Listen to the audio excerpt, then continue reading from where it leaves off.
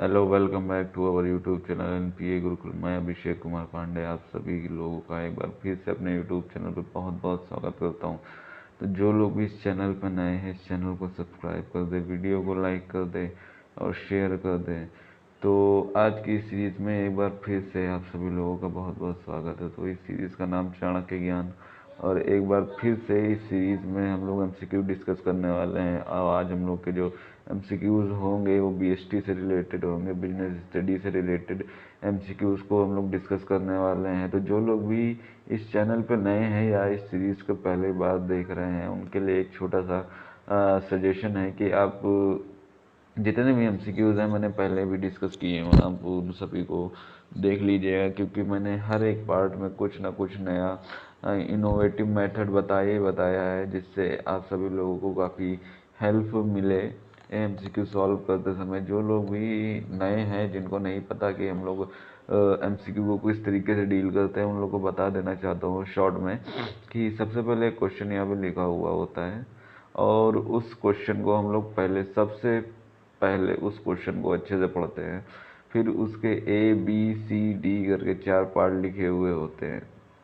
फिर हम आंसर को, मतलब ऑप्शन जो होते हैं उनको जो है अच्छे से रीड करते हैं।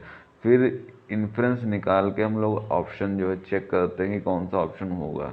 जो ऑप्शन होगा उसे जो है आंसर मार्क किया जाता है। तो ये स्ट्रेटजी सब लोग दिमाग में रखेंगे, क्योंकि यहाँ पे जो सबसे इम्पोर्टेंट चीज़ है वो यही है कि आपकी जो इन्फ्लुएंस करने की पावर मेन रोल प्ले करती है। तो जो लोग भी, जिनकी रीडिंग कमज़ोर है या इन्फ्लुएंस पावर जो है थोड़ा सा वीक है, तो वो लोग रीडिंग वगैरह कर सकते हैं अपनी इन्फ्लुएंस पावर को बढ़ाने के लिए। रीडिंग करने का मतलब ये नहीं होता कि आपने कोई लाइन लिखी हुई है, वो पढ़ते जा रहे, उसको रीडिंग नहीं बोलते हैं। आप जितनी स्पीड से इसको पढ़ रहे हैं, उतनी स्पीड से इस लाइन को समझ रहे हैं या नहीं समझ रहे हैं, होता ये होता है असली रीडिंग। तो जो लोग भी रीडिंग में कमज़ोर हैं, जिनको इन्फ्लुएंस नहीं हो पा रहा है, तो आप सिंपली ये कर सकते हो, आप रीडिंग पे थोड़ा सा फोकस करिए ज़्यादा, चाहे हिंदी की हो चाहे इंग्लिश में।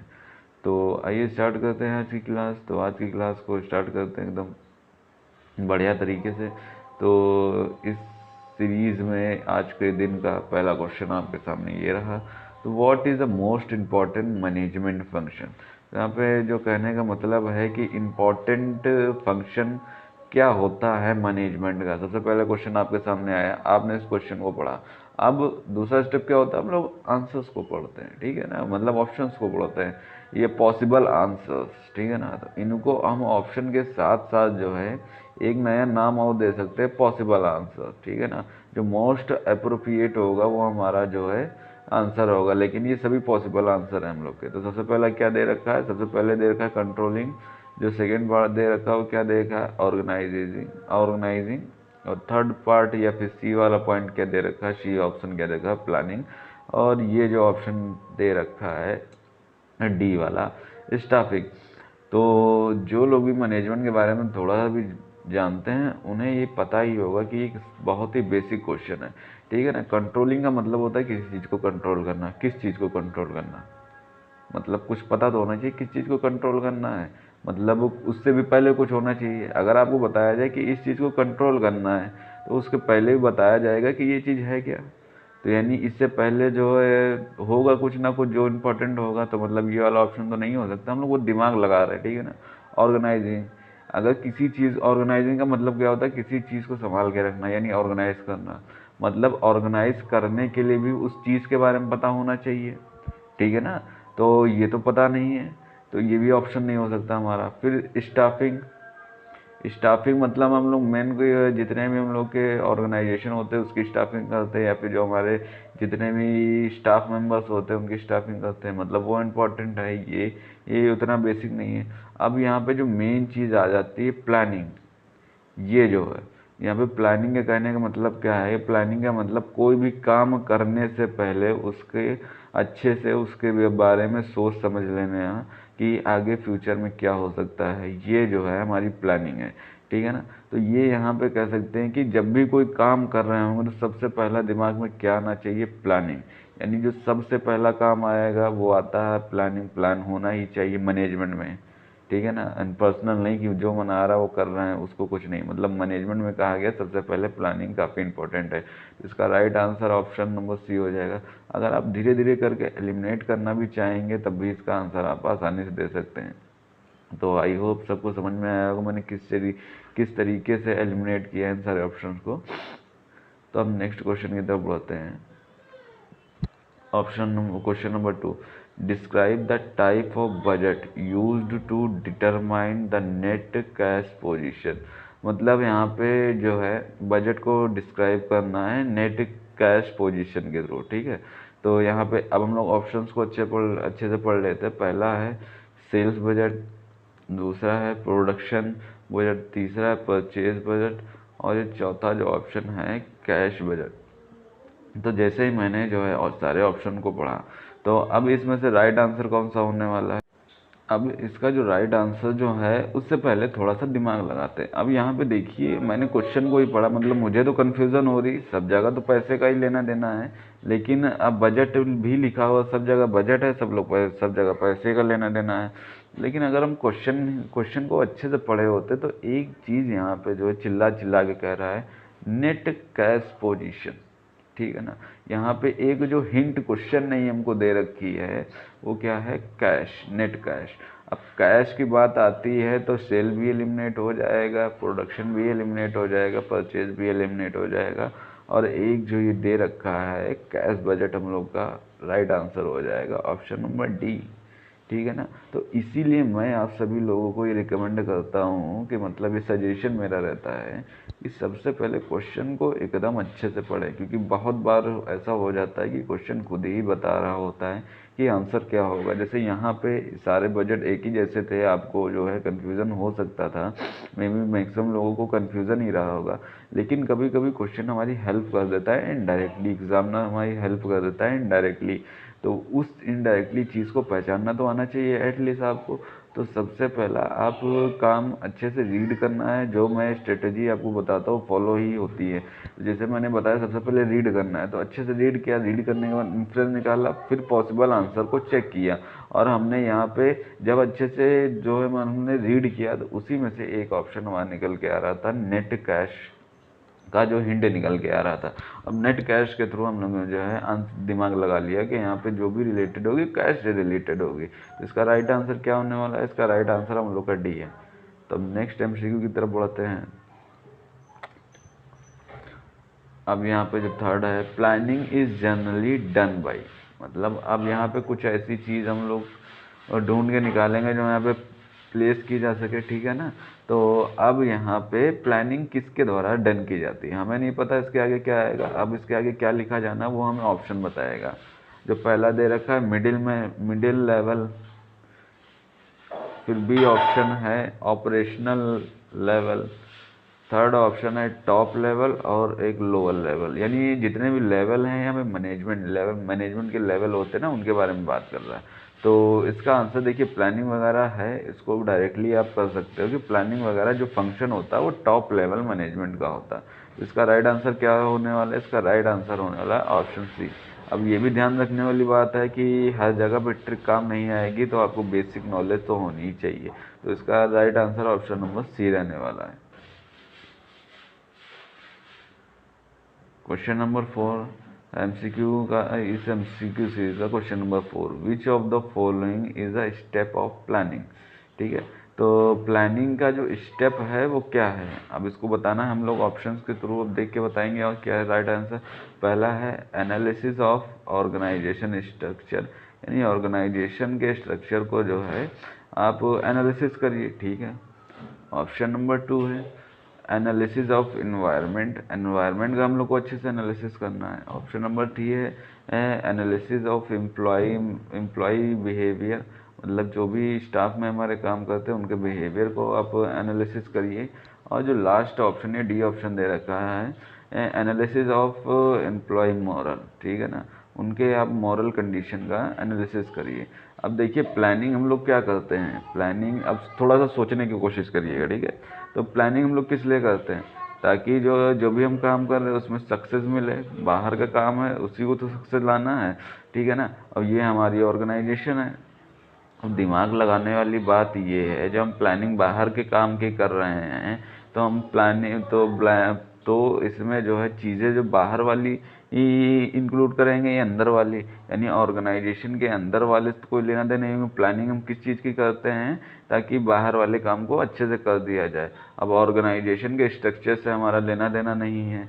उसके बाद एम्प्लॉय के बिहेवियर और मॉरल स्टेटस की बात ही नहीं आती। तो हम लोग जो प्लानिंग वगैरह करते हैं वो एनालिसिस किसकी करते हैं, इन्वायरमेंट की, यानी बाहर का बिहेवियर कैसा रहने वाला, अच्छा रहने वाला है तब तो ठीक है, अगर ख़राब रहने वाला है इन्वायरमेंट तो उसको अपनी ऑर्गेनाइजेशन को पॉलिसी जो होती हैं उसके अनुकूल अपना बना लेते हैं। इसका right answer option number B रहने वाला है। तो जब कभी भी क्वेश्चन ऐसा लगे कि काफ़ी जो है पास में है या फिर काफ़ी क्वेश्चन फंस गया है, तो आप लोग बेसिक नॉलेज वहाँ पे लगाना चालू कर दीजिए, ठीक है ना। तो वहाँ पे एलिमिनेशन मेथड काफ़ी यूज़फुल हो जाता है। एमसीक्यू नंबर 5, अब इसको अच्छे से पढ़ते हैं। A dash is numerically expressed statement of expected result. मतलब क्या चीज़ ऐसी है जो स्टेटमेंट है रिजल्ट का, मतलब भविष्य का, भविष्य में क्या होने वाला है उसके बारे में जो है हम लोग जो है न्यूमेरिकल वैल्यू में उसको लिखते हैं, ठीक है। तो अब यहाँ पे ऑप्शंस को अच्छे से पढ़ते हैं। पहला है स्ट्रेटजी, दूसरा है बजट, तीसरा है मेथड, चौथा है रूल। अब न्यूमेरिकल, अब जैसे मैंने आपको बताया था अच्छे से क्वेश्चन पढ़िए, तो अच्छे से क्वेश्चन पढ़ने का हमारा एक फ़ायदा ये हो गया कि यहाँ पे न्यूमेरिकली जो एक्सप्रेस्ड, यानी जो पैसों में या फिर जो है संख्याओं में जो चीज़ है उसमें एक्सप्रेस किया जाएगा जब रिजल्ट को, तो उसको क्या कहते हैं, उसको हम लोग बजट कहते हैं। क्योंकि पैसे या न्यूमेरिकल में सिर्फ इसी को जो है एक्सप्रेस किया जाता है, बाकी सब चीज़ों को एक्सप्रेस नहीं कर सकते। स्ट्रेटजी को हम न्यूमेरिकल वैल्यू में कैसे एक्सप्रेस कर सकते हैं, मेथड और रूल को भी नहीं कर सकते। तो इसका right answer option number B होने वाला है। Question number 6, dash are specific statement that tell what is to be done. मतलब कुछ ऐसी चीज़ है जो ये बताएगी हमें क्या करना है, ठीक है ना। तो अब ऑप्शंस को अच्छे से पढ़ेंगे। फर्स्ट ऑप्शन है मेथड, सेकेंड ऑप्शन है स्ट्रेटजी, थर्ड है रूल्स और फोर्थ है पॉलिसी। तो जो हमने आंसर मतलब ऑप्शंस को अच्छे से पढ़ा, अब इसके बाद इंफ्रेंस करने के बाद इसका राइट आंसर क्या होने वाला है। तो इसका जो आंसर रहने वाला है वो है ऑप्शन नंबर सी, रूल्स। यानी आपके रूल्स ही बताएंगे कि आपकी कंपनी में जब फला फला सिचुएशन आ जाएगी तो उस समय कैसे बिहेव करना है आपको, ठीक है ना। तो अब जब रूल्स ही होंगे, रूल्स के अकॉर्डिंग ही काम होते हैं ऑफिस में सारे, तो आपको उसी के अकॉर्डिंग अपने भी काम करने पड़ेंगे। तो यही है हमारा option number C, rules. Question number 7, it saves time, money and effort while increasing efficiency, ठीक है ना। तो जब जो है जब भी कोई हम काम कर रहे होते हैं उसमें टाइम, मनी और एफर्ट को इंक्रीज कैसे किया जा सकता है एफिशिएंसी बढ़ाने के साथ साथ। मतलब अब इस ऑप्शन को अच्छे से पढ़ेंगे, अब इन ऑप्शंस को यानी पॉसिबल आंसर्स को अच्छे से पढ़ेंगे। तो पहला है प्रोसीजर, दूसरा है प्रोग्राम, तीसरा है रूल और चौथा है मेथड। अब कोई चीज़ ऐसी है जिससे टाइम भी बच रहा है, समय भी बच रहा है, एफर्ट भी बच रहे हैं। तो पहला ऑप्शन क्या दे रखा है, प्रोसीजर। प्रोसीजर मतलब किसी काम को करने का तरीका। तो तरीके से हमारा टाइम, मनी और एफर्ट तो बच नहीं रहा होगा। तरीके का मतलब है कि वो काम उस तरीके से ही होगा। अगर ए के बाद बी आता है तो बी के बाद सी आता है और सी के बाद डी। तो यानी ए बी सी एक प्रोसीजर है, यानी अब यही प्रोसेस हमें फॉलो करनी है जब भी ए बी सी डी लिखनी है। तो इससे टाइम और मनी कुछ तो बच नहीं रहा। प्रोग्राम मतलब आपका कार्य क्षेत्र, आपका कार्य, प्रोग्राम कार्य के बारे में डिस्कशन हो रहा है, तो यहाँ भी टाइम वगैरह का कोई लेना देना नहीं। रूल से टाइम, मनी और एफर्ट तो बचता नहीं। हाँ, ये ऑप्शन नंबर डी जो मेथड है उससे टाइम भी बच सकता है, आपके एफर्ट भी बच सकते हैं, मनी भी बच सकता है, ठीक है ना। अब जैसे एग्जांपल के लिए हम लोग सोचते हैं, मतलब एग्जांपल लेते हैं कि ए बी सी, मतलब ए बी और सी, ठीक है ना। आपको सी जगह पे जाना है। एक इंसान यहाँ से पहले यहाँ गया, फिर यहाँ गया, फिर यहाँ गया, फिर यहाँ गया और ये यहाँ पहुँचा। अब बी को यही रास्ता लेना चाहिए, लेकिन इसने एक मेथड और अप्लाई किया कि हम यहाँ से नहीं जाएंगे, हम बाई जो है प्लेन जाएंगे, तब यहाँ से यहाँ डायरेक्ट पहुँच जाएंगे। तो यानी इसने जो है बाई एयर का मेथड लिया, तो यहाँ पे चीज़ें आसान कर ली अपने लिए, टाइम मनी और एफर्ट दोनों ही बचा लिए। हो सकता है जब यहाँ से यहाँ गया, फिर यहाँ गया, फिर यहाँ जाने में पैसा भी ज़्यादा लग रहा हो, तो इन केस आपने ऐसा एक सिचुएशन बना लिया जहाँ पे जो है सारी चीज़ें ईजिली हो पा रही हैं। तो हाँ, आपके मेथड होते हैं जो आपको दूसरों से अलग बनाते हैं, आपका टाइम बचाते हैं और आपका एफर्ट भी बचाते हैं। तो इसका जो राइट आंसर रहने वाला है वो ऑप्शन नंबर डी रहने वाला है। क्वेश्चन नंबर 8 की तरफ बढ़ते हैं। Which of the following is not limitation of planning, यानी प्लानिंग की जो है लिमिटेशन नहीं है। ठीक है, तो अब ऑप्शन को अच्छे से पढ़ते हैं। रिजिडिटी, यानी आपको रिजिड होना है कंडीशन पे। सेकेंड ऑप्शन क्या रखा है, डायनामिक इन्वायरमेंट। थर्ड ऑप्शन है कॉस्टली प्रोसेस और फोर्थ ऑप्शन है टॉप मैनेजमेंट अप्रोच। तो कौन सी जो है लिमिटेशन नहीं है प्लानिंग की। तो अब मैंने ऑप्शंस को अच्छे से पढ़ लिया है, तो इसका राइट आंसर क्या होगा, ऑप्शन नंबर डी इसका जो राइट आंसर है। बाकी ये तीनों जो दिए हुए हैं ये इसकी लिमिटेशन है। रिजिडिटी, कई जगह पे आपको रिजिड ही होना पड़ता है। फिर डायनामिक इन्वायरमेंट जो है हमारा डायनामिक है, उसके अकॉर्डिंग जो है मतलब आपको प्लानिंग करनी पड़ेगी। कॉस्टली प्रोसेस, कई प्रोसेस कॉस्टली होती है, तो ये भी जो है लिमिटेशन है। लेकिन टॉप मैनेजमेंट अप्रोच का इनसे कोई भी लेना देना नहीं है। तो इसका राइट आंसर क्या रहने वाला है, इसका राइट आंसर रहने वाला है ऑप्शन नंबर डी 9।